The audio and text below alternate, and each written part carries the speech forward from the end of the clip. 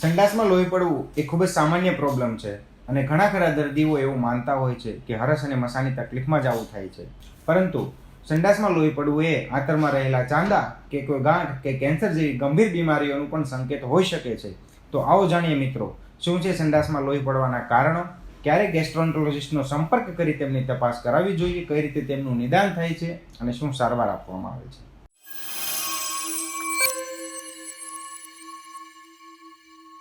નમસ્કાર, હું doctor Pradeep Vekariya, gastroenterologist એટલે કે આંતરડાના specialist doctor from Ayush gastro and liver centre, Surat.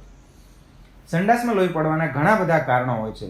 તેમાંના કોમન કારણોની વાત કરીએ તો હરસ અને મસાની તકલીફ, એટલે કે જ્યારે સંડાસના કોઈ રસ્તા પર ચીરો પડેલો હોય અથવા તો આજુબાજુની નાની નસો ફૂલી ગઈ હોય અને તેમાંથી લોહી પડતું હોય તો તે હરસ અથવા તો મસા કહેવામાં આવે છે. હરસ અને મસા આ તકલીફ સિવાયની વાત કરીએ તો બીજા કારણોમાં આવે છે આંતરમાં રહેલો સોજો અથવા તો ચાંદા, કે જેમાં કોઈ ઇન્ફેક્શન અથવા તો કોઈ બેક્ટેરિયાનો ચેપ લાગેલો હોય, કોઈ પેરાસાઇટ એટલે કે પરોપજીવીનું ઇન્ફેક્શન લાગેલું હોય, કોઈ લાંબા ટાઈમના આંતરના સોજો અથવા તો ચાંદા જેમ કે આઈબીડી, જેમાં અલ્સરેટિવ કોલાઇટિસ અને ક્રોન્સ ડિઝીઝ જેવા રોગનો સમાવેશ થાય છે, જેમના કારણે પણ સંડાસમાં લોહી પડતું હોય છે. બીજી સમસ્યાઓની વાત કરીએ તો જ્યારે કોઈ સંડાસમાં કોઈ સાદી ગાંઠ અથવા તો કોઈ કેન્સર જેવી તકલીફો થતી હોય છે ત્યારે પણ ઘણી વખત સંડાસમાં લોહી પડતું હોય છે. ખાસ કરીને મોટી ઉંમરના લોકોને જ્યારે સંડાસમાં લોહી પડે છે ત્યારે તકલીફ હોવાની શક્યતા વધારે હોય છે. સંડાસમાં લોહી પડવાના લક્ષણો વિશે વાત કરીએ તો સંડાસમાં લોહી પડવું એ અલગ અલગ પ્રકારનું હોય છે. અલગ અલગ રંગનું લોહી હોય છે. જેમ કે કોઈ વ્યક્તિઓને ફ્રેશ રેડ બ્લડ આવે છે, કોઈને મરૂન હોય છે. ત્રીજો પ્રકાર છે બ્લેક સ્ટૂલ એટલે કે કાળા કલરનું સંડાસ, અને લાસ્ટ ઓકલ્ટ બ્લડ સ્ટૂલ એટલે કે કોઈ વ્યક્તિઓનું દેખીતી રીતે લોહી ન જતું હોય પરંતુ જ્યારે સંડાસનો રિપોર્ટ કરાવવામાં આવે ત્યારે તેમાં લોહીનું પ્રમાણ બતાવતા હોય છે.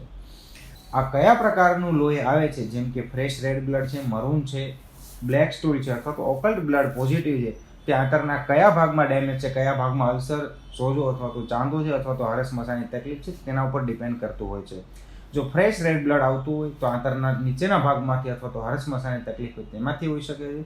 જ્યારે કોઈ દર્દીઓને મરૂન કલરનું બ્લડ આવતું હોય ત્યારે આંતરના ઉપરના ભાગમાંથી તકલીફ હોઈ શકે છે. અને બ્લેક કલરનું સ્ટૂલ હોય ત્યારે ઉપર અનનળી અથવા તો હોજરીમાંથી જ્યારે બ્લડ જતું હોય ત્યારે નીચે પાચન થઈને બ્લેક કલરનું થઈ જતું હોય છે. તો બ્લેક કલરનું સ્ટૂલ એ અપર ડાયજેસ્ટિવ ટ્રેક એટલે કે અનનળી, હોજરી અથવા તો નાના આંતરડાના શરૂઆતના ભાગમાંથી બ્લીડિંગનો સંકેત બતાવતો હોય છે. આ સિવાય અમુક અન્ય લક્ષણો પણ હોય છે જે સંડાસમાં લોહી પડવાની સાથે જોવા મળતા હોય છે. જેમ કે કોઈ દર્દીઓને પેટમાં દુખાવો થવો, વારંવાર ઝાડા થવા, સંડાસ જઈને આવ્યા પછી પણ ફરી વખત સંડાસ લાગ્યો અથવા તો પેટ ખાલી ન થવું હોય તેવા લક્ષણોનો અનુભવ થવો, કોઈ વ્યક્તિને વજન ઘટવું, ઝીણો તાવ રહેવો. જ્યારે કોઈ વ્યક્તિઓને સંડાસમાં લોહી પડવાની સાથે આ કોઈ લક્ષણો હોય છે, જેમ કે વારંવાર પેટમાં દુખાવો થવો, વારંવાર ઝાડા થવા, વજન ઘટવું અથવા તો કોઈ સંડાસના રસ્તેથી કોઈ વસ્તુ બહાર આવતી હોય તેવા લક્ષણો જણાતા હોય છે, તો તે ગાંઠ અથવા તો કોઈ અલ્સર એટલે કે ચાંદા જેવી ગંભીર બીમારીઓની તકલીફ પણ હોઈ શકે છે. અને આવા દર્દીઓએ ખાસ કરીને ગેસ્ટ્રોએન્ટરોલોજિસ્ટનો સંપર્ક કરી આગળ જરૂર પડે જે પણ સારવારની જરૂર હોય તે કરાવવી જોઈએ. તો આવો જાણીએ મિત્રો, જ્યારે કોઈ વ્યક્તિને સંડાસમાં લોહી પડતું હોય છે ત્યારે કયા કયા રિપોર્ટ કરવામાં આવતા હોય છે.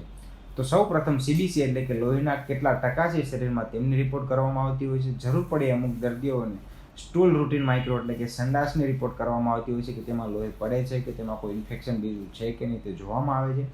અને ત્યારબાદ આ પ્રાથમિક તપાસ કર્યા બાદ દર્દીઓને સિગ્મોઇડોસ્કોપી અથવા તો કોલોનોસ્કોપી એટલે કે સંડાસના રસ્તેથી એક દૂરબીન ઉતારી તેમાં મોટા આંતરડામાં ઉતારવામાં આવે છે અને મોટા આંતરડાની તપાસ કરવામાં આવે છે, જેની અંદર મોટા આંતરડામાં કોઈ સોજો, કોઈ ચાંદુ, કોઈ ઇન્ફેક્શન લાગેલું હોય અથવા તો કોઈ અલ્સર કે કોઈ પણ વસ્તુની તકલીફ હોય તો તે ટીવીની અંદર દેખાય છે અને તેનું નિદાન કરી તે પ્રમાણે તેમની સારવાર કરવામાં આવે છે.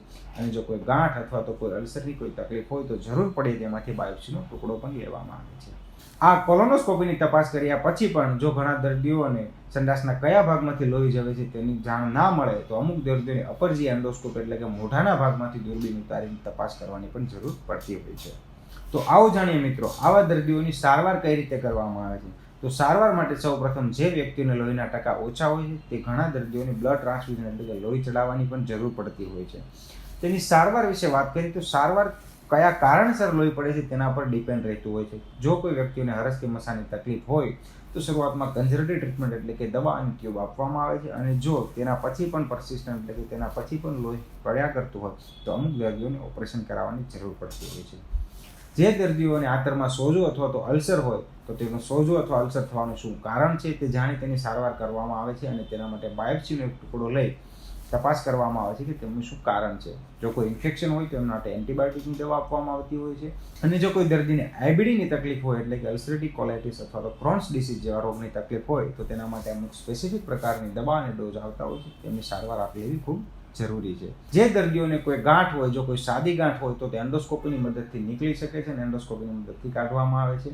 અને જો કોઈ દર્દીઓને તકલીફવાળી ગાંઠ એટલે કે કેન્સરની ગાંઠ કેવું હોય તો તેના સ્ટેજ પર ડિપેન્ડ કરે છે. જે લોકોને ઓપરેશન શક્ય હોય તે લોકોને ઓપરેશન કરી કાઢવામાં આવે છે અને જે લોકોને ઓપરેશન શક્ય નથી તે લોકોને પેલિએટિવ ટ્રીટમેન્ટ આપવામાં આવતી હોય છે.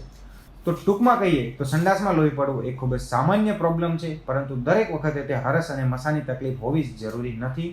જો કોઈ દર્દીઓને પેટમાં દુખાવો થતો હોય, વારંવાર ઝાડા થતા હોય, વજન ઘટતો હોય અથવા તો સંડાસના રસ્તેથી બીજું કંઈ બહાર આવતું હોય એવો અનુભવ થતો હોય તો તેવા દર્દીઓ ગેસ્ટ્રોએન્ટ્રોલોજિસ્ટનો સંપર્ક કરી સમયસર તેની સારવાર કરાવવી ખૂબ જ જરૂરી છે, કેમ કે સંડાસમાં લોહી પડવું એ અમુક ગંભીર સમસ્યાના સંકેત પણ હોઈ શકે છે. ધન્યવાદ.